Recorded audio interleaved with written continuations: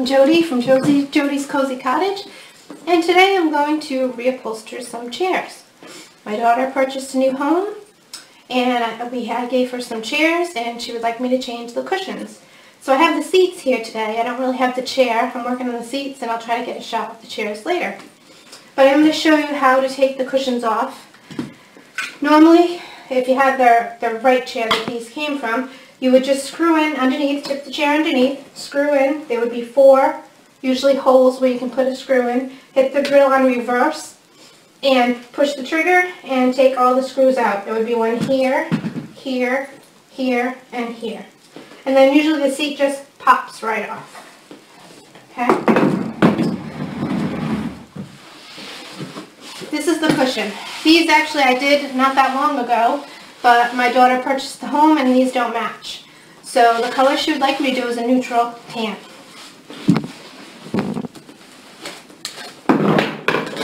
The way you start off is you take your fabric, this is the way I do it, and you lay the cushion right on it. Okay?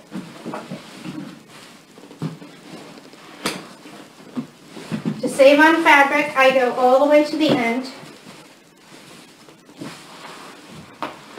where it's already cut, and usually that's a straight line. Put the cushion down, and I like to be able to pull it over where you have about an inch on the back, about like this. So that end I won't need to cut. This I'll push it to pull down a little bit so that I have enough to pull up about an inch or 2 on each end. So that side won't need to be cut. The only 2 sides I need to cut are around this side and that one. So I take my scissors, and I'm going to go about 4 inches from the chair. You don't want to cut it too short. It's better to be too long than to cut it too short.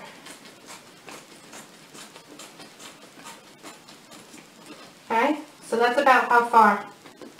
About 4 inches. And I'll just cut the same on this side.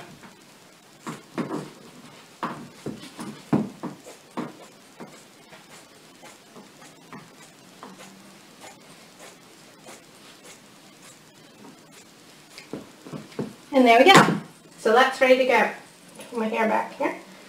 Alright, so now when I'm stapling, get that fabric out of the way, I like to put a staple in the center of each piece. Okay?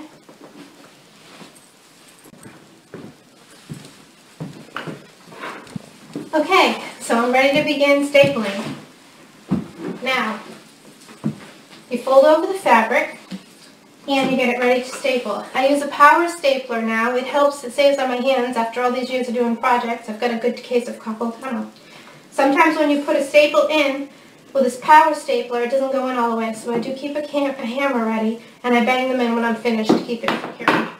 So I always like to put one good one, pull the fabric over, and put one good one in the middle.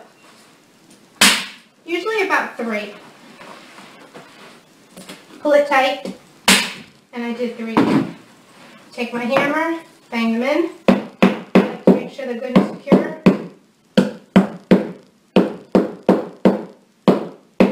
And then I start on the other side. Spin it over. I have put one just to hold it.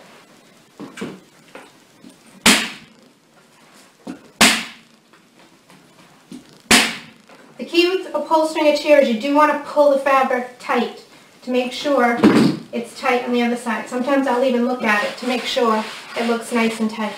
Okay? So I put a couple just on that side. Now I'm going to start in the middle on this side. Pull it tight in the middle. I save the corners for last. It's always the trickiest part. I like to make sure everything else is tight before I do my corners. In the middle first, pull it tight.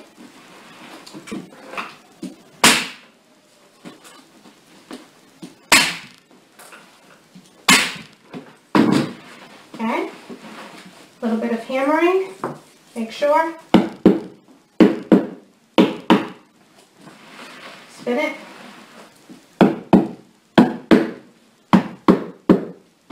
Now for me, working on the floor works best if you want to do it at a table, but for me this has always worked best.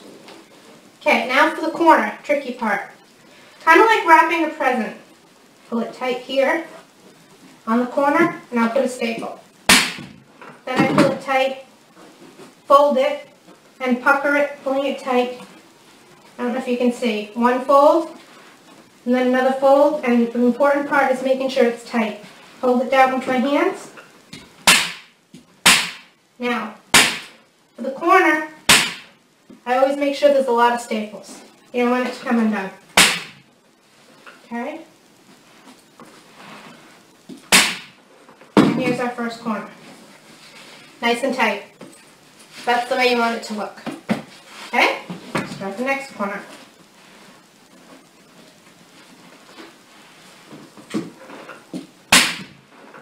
Here's our folds. 1, 2, and make sure it's tight.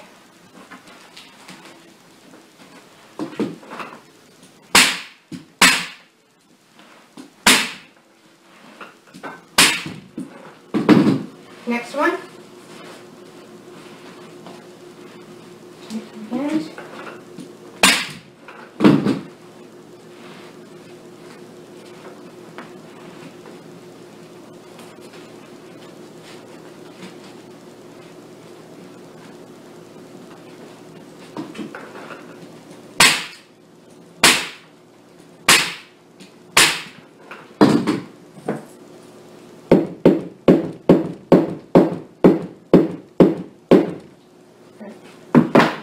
And our last one.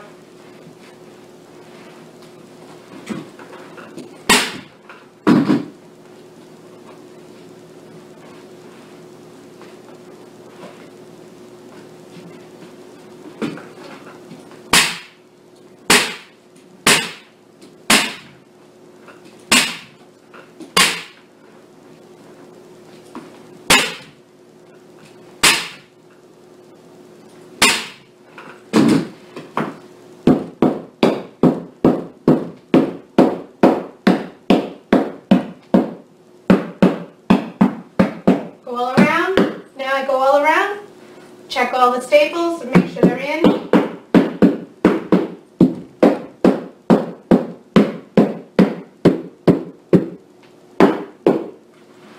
Little trimming here, little trimming there after I'm finished.